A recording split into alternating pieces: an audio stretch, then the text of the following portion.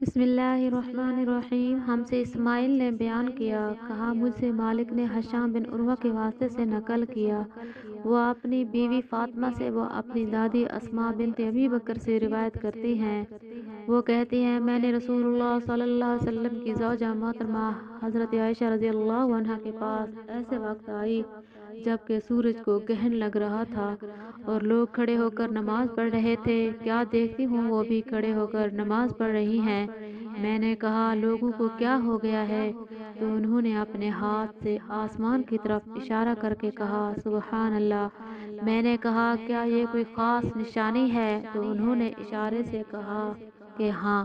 تو میں بھی آپ کے ساتھ نماز کے لیے کھڑی ہو گئی۔ آپ نے اتنا قیام فرمایا کہ مجھ پر غشی طاری ہونے لگی اور میں اپنے سر پر پانی ڈالنے لگی۔ جب رسول اللہ صلی اللہ علیہ وسلم نماز سے فارغ ہوئے تو آپ نے اللہ کی حمد و ثنا بیان کی اور فرمایا آج کوئی چیز ایسی نہیں رہی جس کو میں نے اپنی اسی جگہ نہ دیکھ لیا ہو، حتیٰ کہ جنت اور دوزخ کو بھی دیکھ لیا، اور مجھ پر یہ وحی کی گئی ہے کہ تم لوگوں کو قبروں میں آزمایا جائے گا۔ دجال جیسی آزمائش یا اس کے قریب قریب۔ راوی کا بیان ہے کہ میں نہیں جانتی کہ آسمان نے کون سا لفظ کہا۔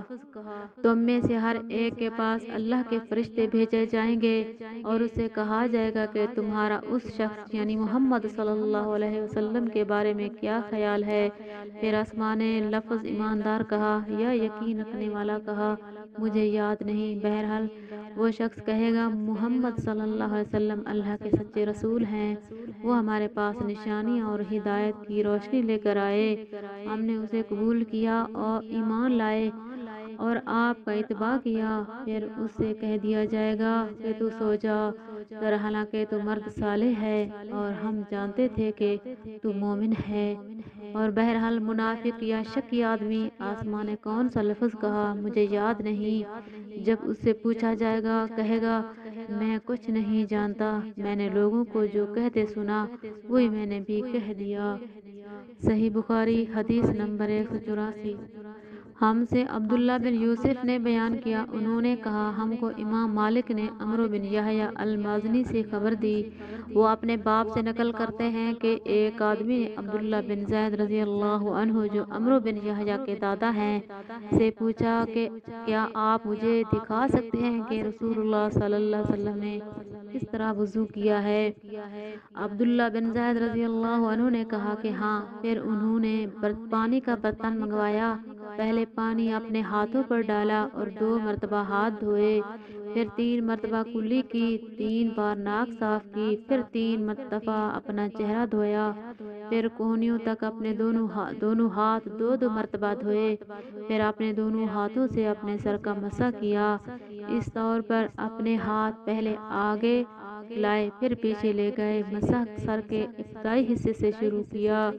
پھر دونوں ہاتھ گدی تک لے جا کر وہیں واپس لائے جہاں سے مسح شروع کیا تھا،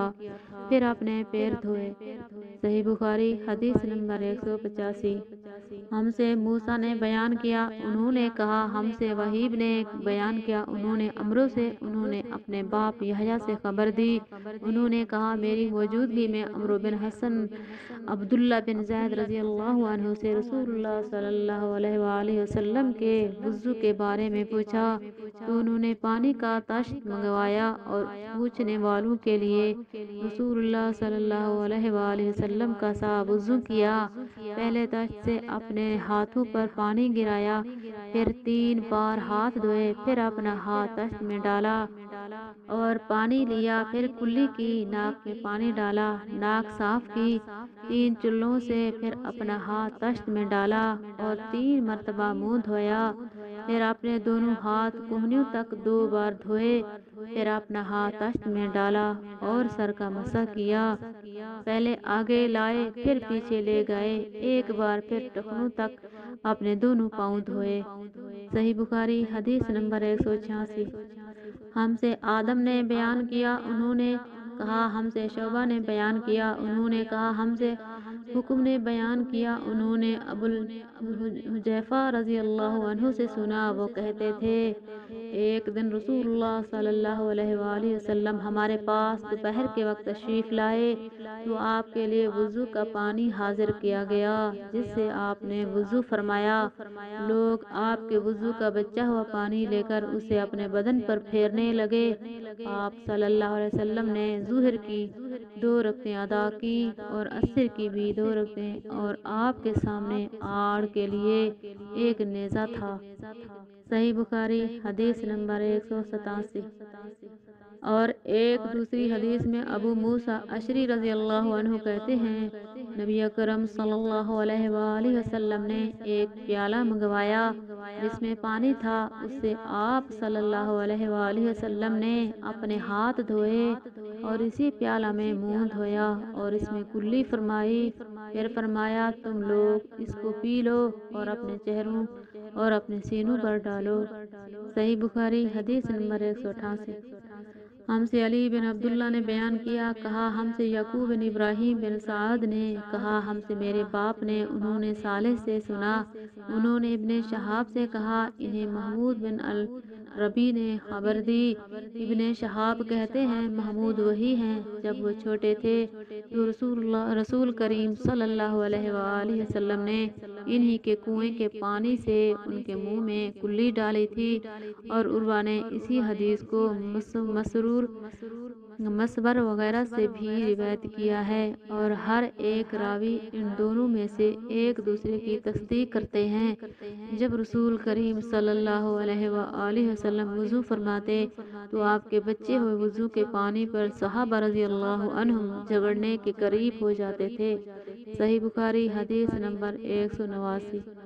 ہم سے عبد الرحمن بن یونس نے بیان کیا، انہوں نے کہا ہم سے حاتم بن اسماعیل نے جعاد کے واسطے سے بیان کیا، کہا انہوں نے صائب بن یزید سے سنا، وہ کہتے تھے کہ میری خالہ مجھے نبی کریم صلی اللہ علیہ وآلہ وسلم کی خدمت میں لے گئیں اور عرض کیا کہ یا رسول اللہ، میرا یہ بھانجا بیمار ہے۔ آپ نے میرے سر پر اپنا ہاتھ پھیرا اور میرے لیے برکت کی دعا فرمائی، پھر آپ نے وضو کیا اور میں نے آپ کے وضو کا بچا ہوا پانی پیا، پھر میں آپ کی کمر کے پیچھے کھڑا ہو گیا اور میں نے مہر نبوت دیکھی جو آپ کے مونڈھوں کے درمیان ایسی تھی جیسے چھپر کھٹ کی کھنڈی یا کبوتر کا انڈا۔ صحیح بخاری حدیث نمبر 190۔